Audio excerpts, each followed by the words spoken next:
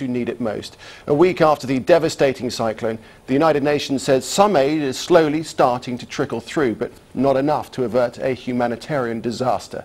Here's what we know so far about the aftermath of Cyclone Nargis. Well, the official death toll now stands at 23,335, but senior diplomats in Yangon fear the final toll could exceed 100,000, and aid agencies are saying 1.9 million survivors are now at risk. One of our correspondents in Myanmar sent this report on the struggle families and farmers are facing in the Irrawaddy Delta. The Irrawaddy Delta, the rice bowl of Myanmar. For mile after mile, the heavy smell of rotten rice greets us. Farmers are on the road in makeshift huts after their houses were smashed by Cyclone Nargis. They are guarding what is left of their precious food grain. This woman had borrowed money to buy fertilizer to plant the rice. Now the rice is all gone and she is in severe debt. I've lost everything. My family survived, but we have nothing. Nothing to eat, nothing to wear, no water to drink. This is a terrible life. She offered to take us to her house on a small dry patch of land in the middle of the inundated rice fields. It's terrible, and now we'll probably die of cholera. Her physical wounds have started to heal, but she has no idea how to feed her 3 children. She cannot even sleep here. Her family shares a hut with 2 other families. 15 people cram into this space every night. This man had 700 baskets of rice, almost 200 sacks, before the cyclone. Everything is now wet, and they're trying to save every grain of rice. And yet, they were offering us food. The authorities were distributing 3 cans of rice per family. We were supposed to get 12, but we didn't. They said we were rich, but we don't have rice that is edible. We have to buy it. We walk for an hour to get water from a lake, but even that is polluted. It smells and it is salty.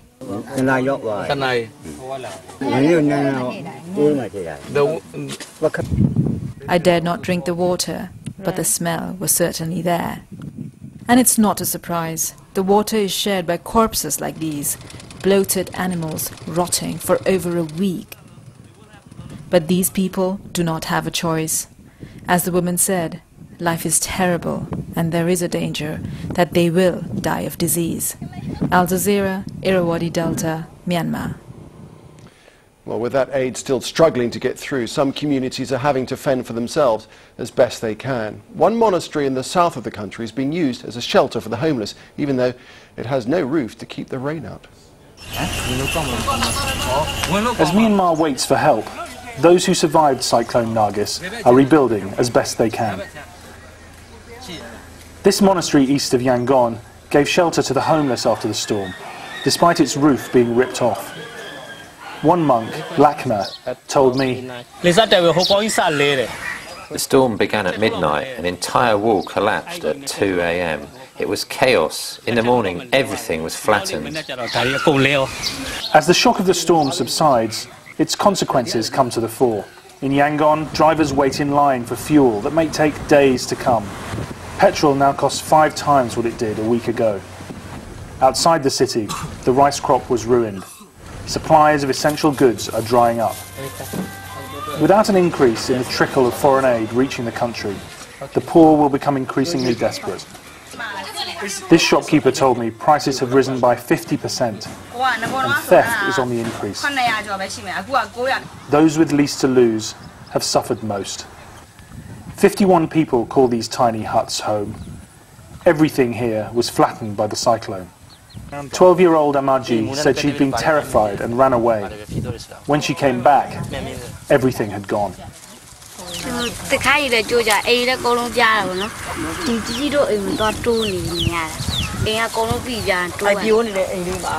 A week on, they've restored what they can. But the storm robbed her parents of their homes and their jobs, as a local factory was destroyed. Like the rest of southern Myanmar, they face a bleak future, unless the military government bows to pressure and accepts help from the world beyond its borders. Aljazeera, Yangon. Well, while Myanmar's southern states are in the grip of the country's worst ever natural disaster, in the north people have spent the day voting. In their first poll since 1990, Myanmar's voters appear to have overwhelmingly accepted the country's new constitution. Cyclone Nargis forced the military to postpone the vote for 2 weeks in the 5 worst affected areas, but in the rest of the country it just went on. Amid reports of voter intimidation, there are many concerns about the proposed new constitution. For one, the writing team which drafted it was chosen by the military. The constitution will reserve 25% of the seats in both houses of parliament for the military. It also bans anyone who married a foreigner from running for office, a clause which seems to be tailored to rule out Aung San Suu Kyi. But as Tony Cheng now reports from Maya in Myanmar, many voters didn't know exactly what they were voting for. The town of Myawaddy, just across the border from Thailand, a hive of activity, especially today, election day. Polling started early, a national referendum to pass or reject the new constitution, a constitution that's been 14 years in the making. At the polling booths themselves, security was tight. Many have complained of government and army intimidation. We had to film covertly to avoid detection. The new constitution guarantees that the army retains at least 25% of any government. On the streets, everything was much more relaxed. Despite pressure for people to attend the polls, no one seemed that sure what the referendum was about. Here in one of the shanty towns over the border in Myanmar, people are being urged by loudspeaker to go out and vote in today's referendum. The problem is most people here are illiterate. They can't understand the hundreds of pages of their new constitution. Nonetheless, they're so unhappy with the government that many of them have learned to put X in the no box. There is a deep unhappiness here at the government of Myanmar. In 50 years, this has gone from one of Asia's richest countries to one of the poorest. This part of the country was virtually untouched by Cyclone Nargis, but still, you feel the people have nothing to lose. This family of 9 exists on less than $1 a day. In a small bamboo hut sitting on top of a pool of raw sewage, they prepare snacks that they sell in the market. They told me that they couldn't even read the constitution, let alone understand it, but still, they'd be voting no. We all got together and decided to put X in the no box, the mother of the family says. It seems that she's not worried about the possible consequences. And another man who defied the government to say no, Kun Myen Tun, an elected MP and part of the National Assembly that was nominated with drafting the document. When he walked out of the process in protest, his reward was 7 years in jail. This constitution cannot present the Burma because it is only a sham. This is not a people referendum, it is only a sham. And it seems that unspoken and stubborn resistance to the military government will remain, although a yes result will return the people of Myanmar to a government that appears unmoved and resistant to helping them in their darkest hour. Tony Cheng, Aljazeera, Myawaddy, Myanmar.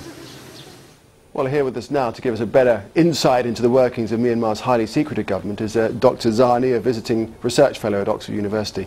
And you're from Myanmar, aren't you? And you founded the Free Burma Coalition. That's right.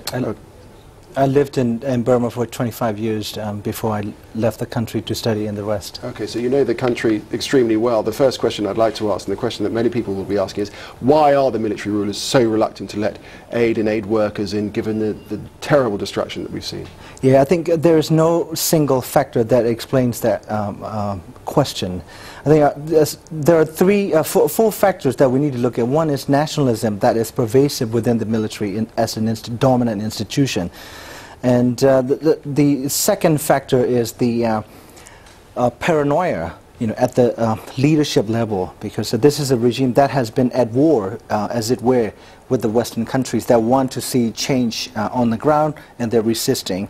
And then thirdly, the deeply tyrannical and delusional nature of a single senior general. His name is Senior General Tan Shui, and I would put him in the league with, Kim or North Korea or Saddam of Iraq. That kind of leadership, and he makes the decision on every important issues, and he's in his 70s, and the welfare of the public is no longer on his mind. It's how his legacy and making sure that he doesn't face the sacking that his former boss faced, Ne Win. If that's the case, then you'd think that he would be concerned that his legacy will be the aftermath of this cyclone and the terrible destruction that he hasn't dealt with.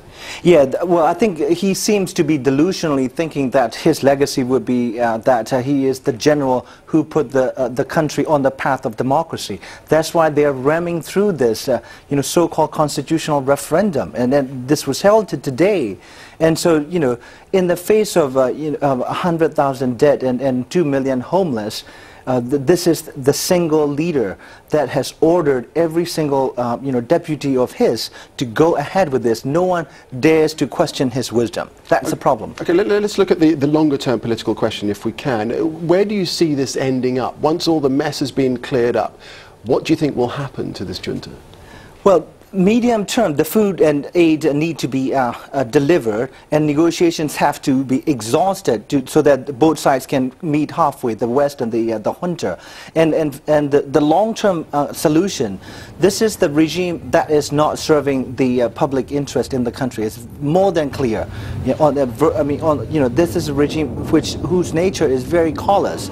And so I think over the past 45 or 46 years since the military came to power, there are a series of mass revolt. The people of Burma attempted to change the regime on their own. They have not been able to do that because the regime is ruthless and entrenched. Do you think it might happen this time after the aftermath of this? With the push from the outside world, on grounds of humanitarian concerns, there's a worldwide concern on humanitarian issues right now. And, Bernard Kouchner's position attempting to invoke the responsibility to protect. This is a perfect example where this doctrine needs to be tested. So conversely, this could actually end up being an opportunity for Myanmar in the end. Absolutely, because the situation in Myanmar or Burma has gone from worse to worst. It's not from bad to worse, it's worse from worse. So we always thought okay, this is the worst. No, I think the society can no longer take this regime anymore, and that something needs to be done. It is one thing that this regime has mowed down demonstrators and rebels on the streets, but another thing that they are causing unnecessary suffering on a massive scale. This is a criminal negligence, and the international community needs to take up the challenge. All right, Dr. Zarni, a fascinating perspective. Thank you very much indeed. Thank you. Thank you. All right, still to come on the programme, the battle to be Zimbabwe's president, Morgan Tsvangirai, agrees to contest the presidential runoff.